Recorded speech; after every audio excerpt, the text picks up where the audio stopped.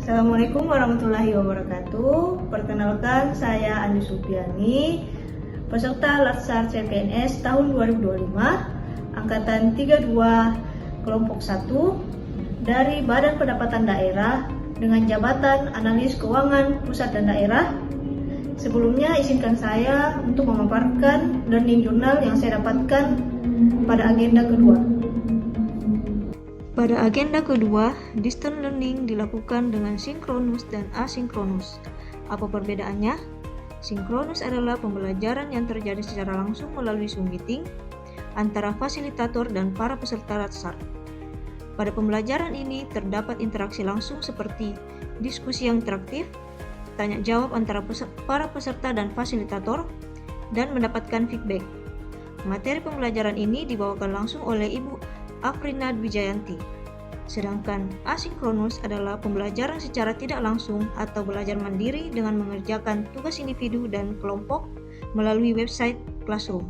Kemudian fungsi ASN itu sendiri ada 3, yaitu pertama sebagai pelaksana kebijakan publik, kedua sebagai pelayan publik, dan terakhir adalah perekat dan pemersatu bangsa. Untuk menjalankan ketiga fungsi tersebut, maka sebagai ASN harus bisa mengimplementasikan nilai-nilai dasar berakhlak. Nilai dasar yang pertama adalah berorientasi pelayanan, berkomitmen memberikan pelayanan prima demi kepuasan masyarakat. Adapun kode etik dari berorientasi pelayanan yaitu memahami dan memenuhi kebutuhan masyarakat, ramah, cekatan, solutif dan dapat diandalkan, dan melakukan perbaikan tiada henti. Yang kedua, akuntabel, bertanggung jawab atas kepercayaan yang diberikan.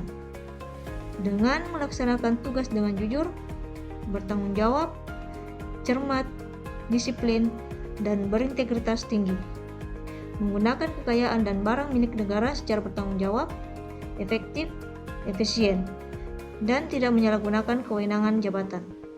Kemudian, kompeten, terus belajar dan mengembangkan kapabilitas. Dengan kode etik, meningkatkan kompetensi diri dan melaksanakan tugas dengan kualitas terbaik.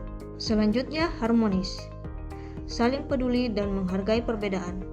Dengan menghargai perbedaan latar belakang, suka menolong sesama, dan membangun lingkungan kerja yang kondusif merupakan kode etik dari harmonis. Nilai loyal, berdedikasi dan mengutamakan kepentingan bangsa dan negara.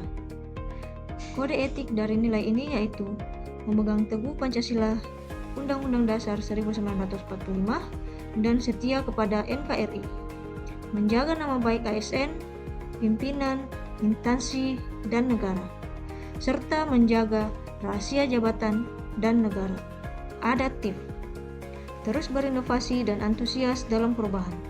Dengan kode etik yaitu cepat menyesuaikan diri pada perubahan, berinovasi dan mengembangkan kreativitas, dan bertindak proaktif. Dan nilai yang terakhir yaitu kolaboratif, membangun kinerja dan sinergis. Kode etiknya yaitu memberikan kesempatan pihak lain untuk kontribusi, terbuka dalam kerjasama, dan menggerakkan berbagai sumber daya untuk tujuan bersama. Pada agenda 2 ini, kami diberikan beberapa tugas subkelompok yang terdiri dari 5 orang, antara lain kami diminta menganalisis permasalahan sebuah kasus mengenai kinerja ASN di Indonesia. Kemudian, membuat video mengenai promoting the culture sesuai dengan nilai berakhlak.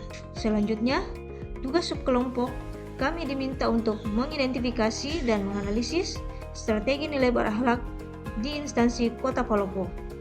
Kemudian, tugas individunya membuat rencana tindak lanjut mengenai strategi yang belum dan sudah diterapkan di instansi Badan Pendapatan Daerah Kota Palopo berdasarkan strategi nilai tugas.